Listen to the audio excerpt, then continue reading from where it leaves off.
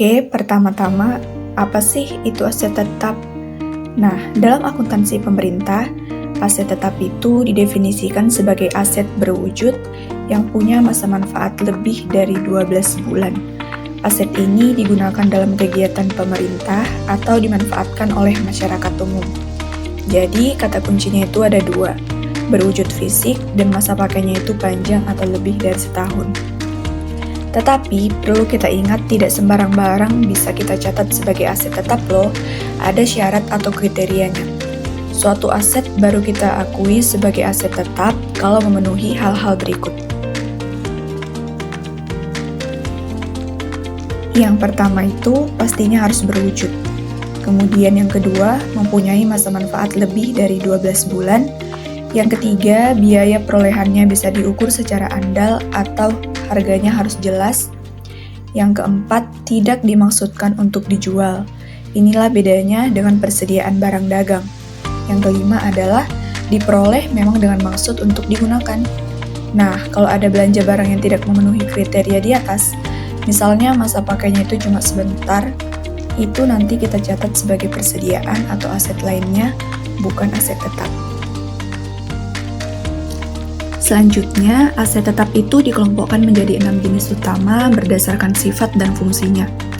Yaitu yang pertama ada tanah, ini termasuk tanah yang dipakai buat kantor atau jalanan.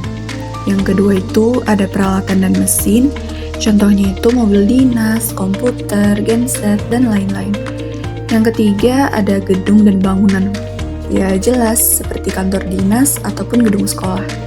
Yang keempat itu ada jalan, irigasi, dan jaringan. Ini adalah infrastruktur seperti jembatan, jalan raya, ataupun instalasi air. Yang kelima itu ada aset tetap lainnya. Ini itu unik, isinya bisa koleksi buku perpustakaan, barang bercorak kesenian, atau bahkan hewan ternak dan tanaman. Dan yang terakhir itu ada konstruksi dalam pengerjaan, atau yang disebut sebagai KDP. Ini buat aset yang lagi dibangun tapi belum selesai pas akhir tahun. Terakhir untuk bagian konsep. Kapan sih kita boleh mencatat aset tetap itu di neraca? Nah, pengakuan aset tetap ditandai saat hak kepemilikan atas aset itu sudah diterima atau diserahkan, atau pada saat penguasaannya sudah berpindah ke kita. Jadi, kalau barangnya sudah resmi jadi milik pemerintah atau sudah dikuasai, baru deh boleh kita catat. Nah, yang menjadi pertanyaannya, gimana cara ngitung nilainya atau rupiahnya saat dicatat? Dan gimana sih jurnalnya? Nah, itu akan dijelaskan oleh rekan saya, Naila Fatia Balkis.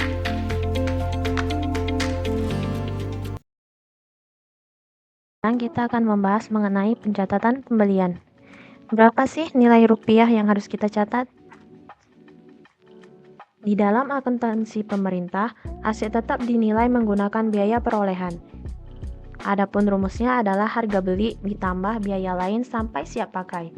Jadi, biaya perolehan ini nggak cuma untuk harga belinya saja, melainkan ditambah dengan biaya-biaya lain sampai barang ini siap untuk dipakai. Contoh biaya lain itu ada ongkos kirim, biaya pasang, biaya notaris, honor tim pengadaan atau honor panitia. Nah, langsung saja kita ke contohnya. Di sini ada Pemda membeli tanah seharga 500 juta, Pemda juga mengeluarkan biaya pengukuran 2 juta, biaya sertifikat 5 juta, biaya penimbunan tanah 2.500.000 dan honor tim 5 juta. Lalu, yang dicatat itu bukanlah 500 juta. Tapi kita harus hitung dulu biaya-biaya semua ini dijumlahkan agar kita ketemu nilai yang sesungguhnya. Di sini ada tanah seharga 500 juta, biaya ukurnya 2 juta, biaya sertifikat 5 juta, biaya penimbunan 2.500.000 dan honor tim 5 juta. Kita jumlahkan semuanya ini, barulah kita ketemu bahwa nilai asetnya adalah 514 juta. Nah, sekarang kita masuk ke pencatatannya. Begini jurnal transaksinya. Untuk jurnal di pemerintahan itu terdiri dari dua. Yang pertama ada LO, laporan operasional yang berguna untuk mencatat aset di neraca. Lalu yang kedua ada LRA, laporan realisasi anggaran, gunanya untuk laporan anggaran. Dari perhitungan kita yang tadi, 514 juta itu akan dimasukkan ke sini. Di mana jurnal LO itu di tanah 514 juta di debit, lalu RKPPKD 514 juta di kredit.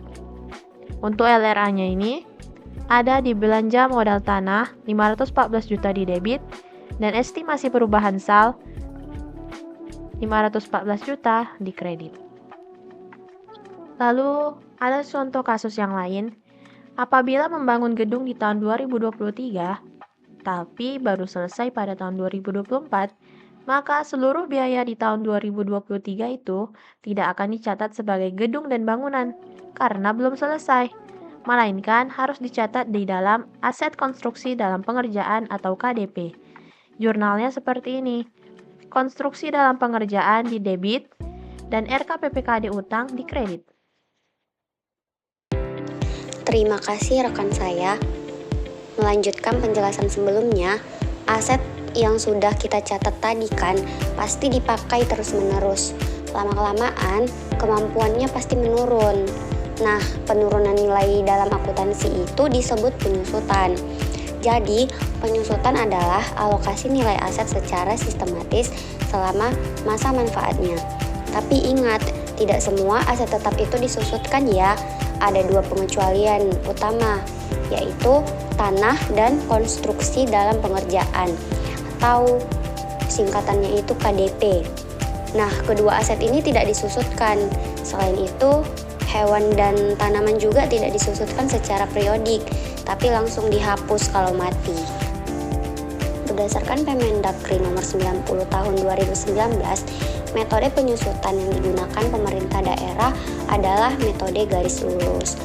Nah, rumusnya itu gampang banget, yaitu nilai yang dapat disusutkan dibagi dengan masa manfaatnya.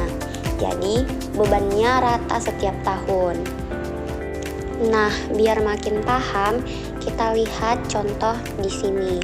Misalnya, Dinas Kesehatan punya gedung senilai 100 juta rupiah dengan umur ekonomis 10 tahun.